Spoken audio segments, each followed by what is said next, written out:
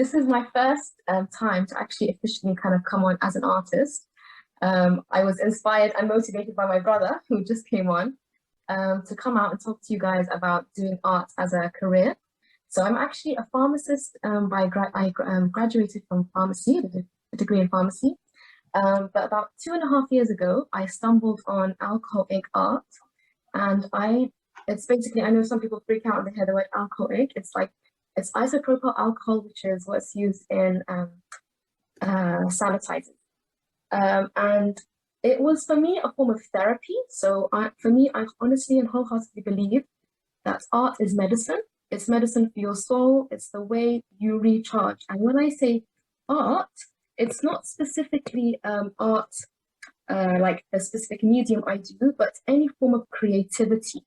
So that's so vital that you as young kids, you find what you're good at, whether it's art, whether it's Lego, whether it's videography, whether it's editing, whether it's crocheting, whether it's poetry, writing. That's also a form of creativity, because that is a form of recharging your soul.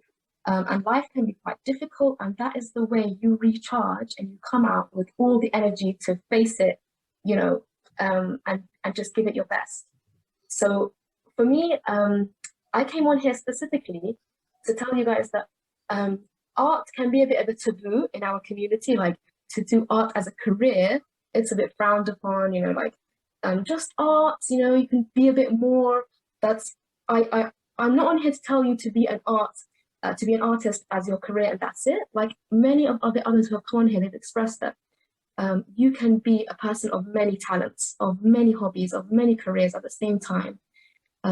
But it's so vital to do art in all its forms as a hobby. And for me, I was very lucky enough that this then progressed. I started off as a hobby purely, and it progressed to be a career for me. And it's still something that I'm not used to even saying. I don't usually say I'm an artist. I usually say, oh, I'm a pharmacist, but I haven't really practiced in a few years, and I'm doing art now. But now I can, you know, I've got the confidence to say that I'm an artist, and art is a form of, in all its creativity, even like writing, it's a form of vulnerability. So when you put your work out there, you are going to expect people to critique it, to give their opinion about it, to say, oh, whether they like it or they dislike it. And that, when you master the form of being vulnerable, you've mastered freedom, because now you're no longer limited by people's judgment. You're no longer limited by having this fear of, oh, will they accept my work, or they like it? Because that's not what's important. It's the important is the process. How do you feel when you're doing this thing? You know, letting yourself be as creative as possible. So I did alcohol ink art, which is a form of. I'm going to show you some work, just to give you an idea. So this is one piece that I'm currently working on. It's for a client. So I also do calligraphy, which is something I took on. This is Arabic calligraphy, and this is the alcohol ink art. So I use my breath, and I use inks, and they look like this. So this is the inks I use. I pour them on the paper with some isopropyl alcohol, and I blow it around, and I dry it out with my breath, with a hair dryer, to create really beautiful shades of ink and gold. And I couple that with the calligraphy. And honestly, it's so expressive, and you feel great. I also do it on mugs.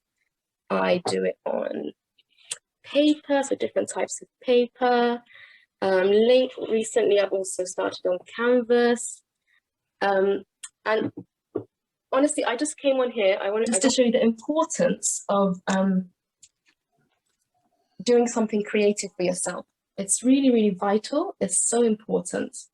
So someone asked, why do you use alcohol? So it's not alcohol, it's isopropyl alcohol, very flammable and hazardous. So absolutely not the thing that you drink, which is haram. So it's isopropyl alcohol. It's the thing that's used in sanitizer.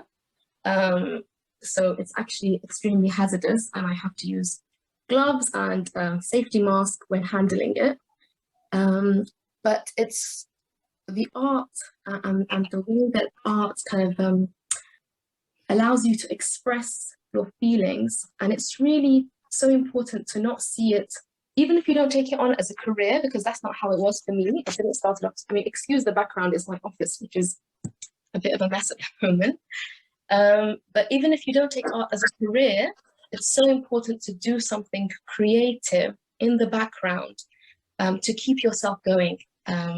If you've ever attended a workshop where you get to kind of create something, either it's a piece of art or a form of Lego, the feeling of accomplishment when you're done, it's so satisfying, and it's honestly a recharge to help you go on and do other things. So I hope I have inspired you to take on a hobby, not necessarily a career, but if it goes into a career, brilliant, because I only wrote one thing down for this presentation, and it's do what you love and you won't work a day in your life. And really that's so important, that when you do what you love and you enjoy, it won't feel like working at all. So thank you for your time. And so what types of ink do you use? I can answer some of the questions. So I use mainly this, it's called Copic Various ink. I'm not sure if you can see it, there it is. And I also use another type of ink, it's called Jacquard Pinata inks. So these are my main two brands, my main go-to brands. There are many others that you can, they're available online. But these are my main two because they've got such an amazing array of colors that really helps you like be as creative as you want. So thank you for your time, and I appreciate you accompanying me so last minute.